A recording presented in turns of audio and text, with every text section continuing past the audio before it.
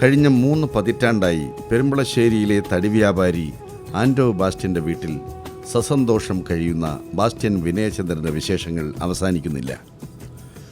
മൈസൂർ വനത്തിൽ പിറന്ന് 14 വയസ്സുവരെ മാത്രം മറ്റൊരു ലാവണത്തിൽ കഴിഞ്ഞ ഇവൻ ഈ നാട്ടുകാരുടെ കണ്ണിലുണ്ണിയാണ്.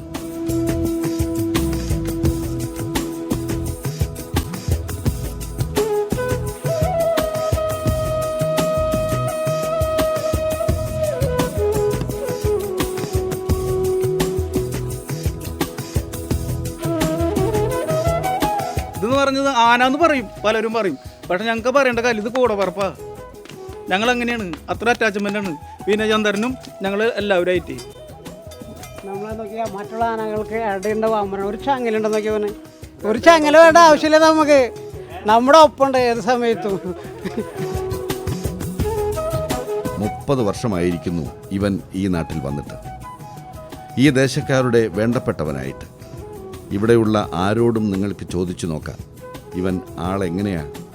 തരം കിട്ടിയാൽ തട്ടിയിടുമോ? മുൻവൈരാഗ്യം വല്ലതും കാണിച്ചിട്ടുണ്ടോ? ചങ്ങലയും പൊട്ടിച്ച് ഓടിയിട്ടുണ്ടോ? അലമ്പ് പരിപാടികൾ വല്ലതും കാണിച്ചിട്ടുണ്ടോ? ഇല്ല എന്നായിരിക്കും മറുപടി.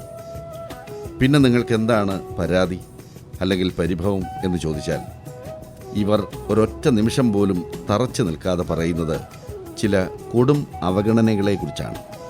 ഞാനും ഈ ആനയും തമ്മിലുള്ള ബന്ധം എന്ന് പറഞ്ഞാൽ എന്നും ആൻഡോ ചേട്ടനെ കാണാൻ വന്നിരുന്നു. അങ്ങനെ ആൻഡോ ചേട്ടനെ ഡെയിലി ടെലിഫോൺ ചെയ്യും, ആന എവിടെയാന്ന് ചോദിച്ചിട്ട്. അവസാനം എൻ്റെ വീട്ടിൽ കൊണ്ട് ആനയെ കെട്ടാനൊരു അവസരം എനിക്ക് ആൻഡോ ചേട്ടൻ തന്നു. അന്ന് എൻ്റെ വീട്ടിൽ ആദ്യമായിട്ട് ഒരു ആന വീട്ടിലേക്ക് കയറിയത് ഈ വിനയചന്ദ്രൻ ആനയാണ്. അതിൻ്റെ ഒരു രാശി, അതൊരു വലിയൊരു രാശിയാണ്. മറ്റുള്ള ആനകളെ അപേക്ഷിച്ച് വിനയചന്ദ്രൻ ആന വീട്ടിൽ കയറിയതിന് ശേഷം ഞങ്ങൾക്ക് വീട്ടിൽ അത്രയും സമൃദ്ധി ഉണ്ടായിട്ടുള്ളൂ. ഒരു നിരവധി കച്ചവടങ്ങൾ ചെയ്യാനും ആന ഫീൽഡിൽ തന്നെ നമുക്കൊരു വളരാനുള്ളൊരു അവസരം എല്ലാം വിനയചന്ദ്രനാണ്. അത് വിനയചന്ദ്രൻ ആനയ്ക്ക് മാത്രം കിട്ടാവുന്ന ഒരു ഗ്രേഡാണ്.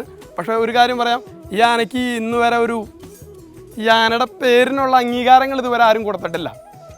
ഇത്രയും എല്ലാ പൂരപ്പറമ്പിലും കാണാവുന്ന ഈ ആന ഒരു അംഗീകാരങ്ങൾ ഇതുവരെ ആനയ്ക്ക് കിട്ടിയിട്ടില്ല. അതുമാത്രമല്ല ഒരു ആനപ്രേമി എന്നുള്ള ലെവലിൽ എനിക്ക് പറയാനുള്ളത്.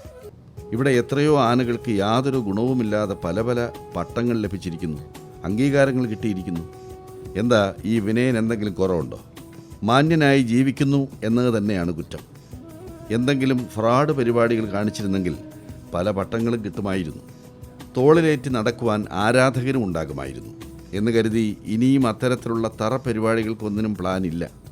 ഇങ്ങനെ അങ്ങ് കഴിഞ്ഞാൽ മതി. ഈ ദേശക്കാരുടെ സ്നേഹവാത്സല്യങ്ങൾ ഏറ്റുവാങ്ങി തികച്ചും ശാന്തമായൊരു ജീവിതം. എല്ലാ ഗജരാജ പട്ടങ്ങളെക്കാളും ഫാൻസ് അസോസിയേഷനുകളെക്കാളും വലുതാണ് അത്. അല്ലെങ്കിൽ തന്നെ ഇന്നത്തെ കാലത്ത് ലഭിക്കുന്ന ഏത് അംഗീകാരത്തിനാണ് സംശയങ്ങളുടെ കറ പുരളാത്തത്?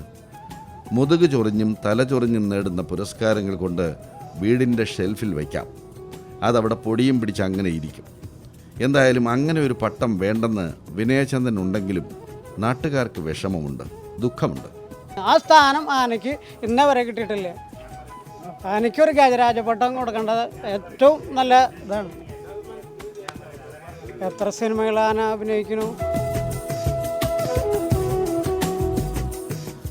ഉത്സവകാലത്താണെങ്കിൽ പോലും തുടർച്ചയായ ദിവസങ്ങളിൽ വിനയനെ കാണാതിരുന്നാൽ നാട്ടുകാർ ആൻഡോയോട് തിരക്കും.